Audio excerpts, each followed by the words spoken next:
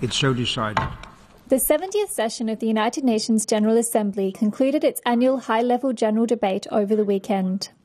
During this series of meetings, China pledged $2 billion to support South-South cooperation and announced that it will raise its investment in the least developed countries to $12 billion by the year 2030. In addition, Beijing announced more efforts to support UN peacekeeping operations and vowed to offer $100 million of free military aid to the African Union. Mogens Lykketoft, President of the 70th session of the United Nations General Assembly, has told Xinhua that China's commitments will make a huge contribution to the global development agenda.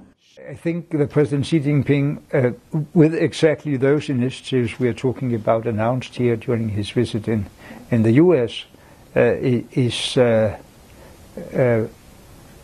given the global development agenda a huge kick forward.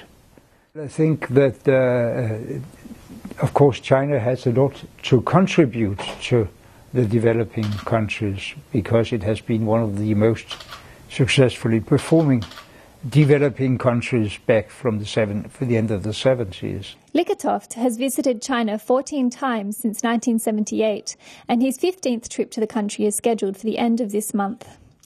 He says he has witnessed China's tremendous growth in the past 3 decades and expects the country to make an even bigger transformation.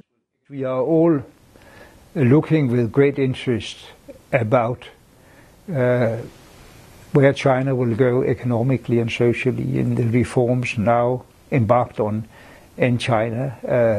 As I understand it, a lower but more sustainable economic growth carried forward by increasing prosperity and consumption by ordinary Chinese people instead of only being